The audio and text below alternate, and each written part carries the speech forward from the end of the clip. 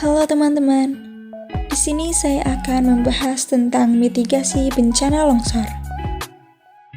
Pertama-tama, apa sih tanah longsor itu?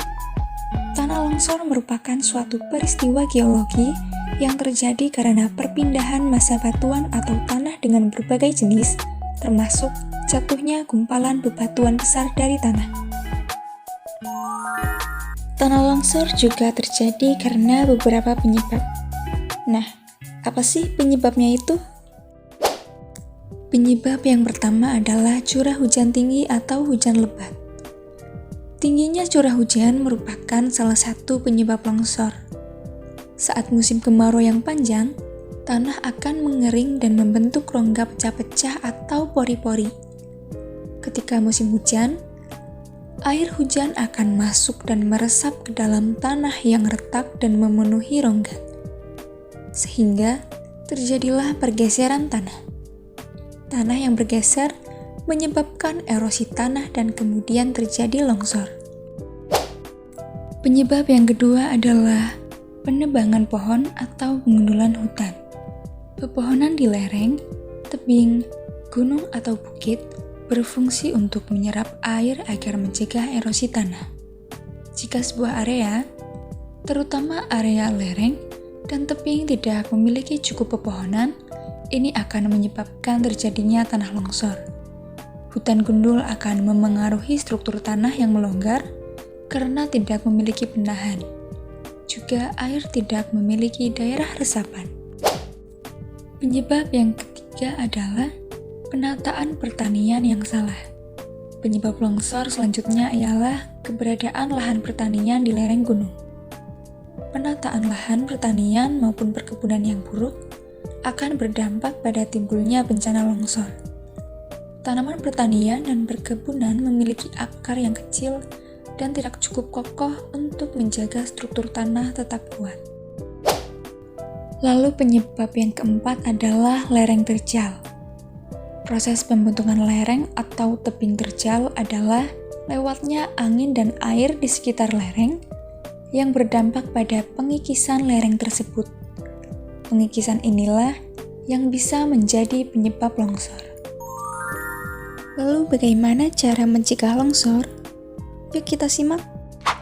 Yang pertama adalah membuat terasering.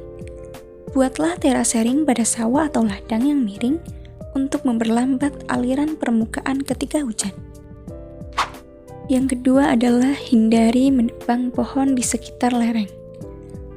Pohon yang berada di sekitar lereng menjadi pencegah terjadinya tanah longsor.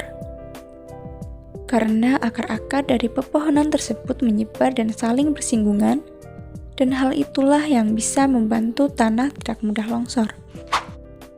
Dan yang ketiga adalah jangan mendirikan bangunan di sekitar sungai. Semakin tinggi jarak antara bibir tebing terhadap sungai, maka akan semakin besar pula peluang terjadinya longsor. Karena erosi tanah tidak terjadi secara langsung, tetapi tanah yang terus tergerus di sekitar sungai akan semakin habis. Lalu yang keempat adalah memastikan sistem drainase bekerja dengan baik. Pada daerah yang rawan longsor, air dijauhkan dengan memasang drainase berupa pipa saluran pembuangan. Sebab, tanpa drainase yang baik, maka air permukaan akan menggenang dan membuat tanah menjadi lembek. Tapi bagaimana jika kita berada di daerah rawan longsor? Apa yang dilakukan sebelum terjadi tanah longsor? Yang pertama adalah waspada terhadap curah hujan yang tinggi.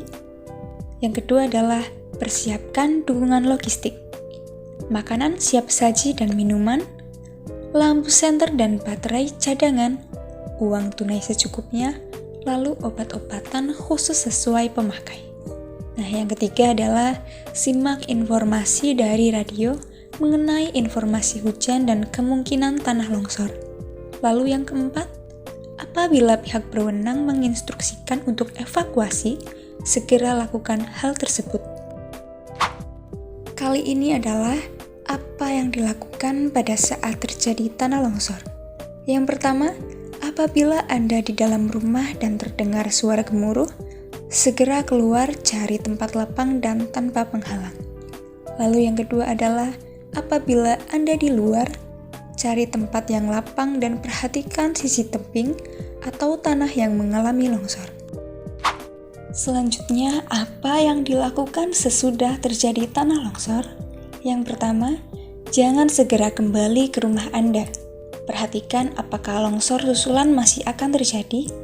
Lalu yang kedua adalah, apabila Anda diminta untuk membantu proses evakuasi, gunakan sepatu khusus dan peralatan yang menjamin keselamatan Anda.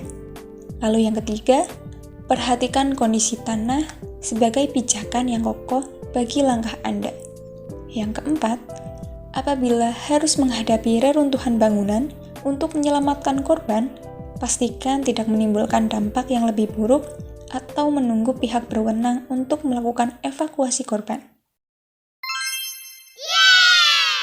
Oke teman-teman, cukup sampai di sini pembahasan tentang mitigasi bencana longsor. Bye-bye.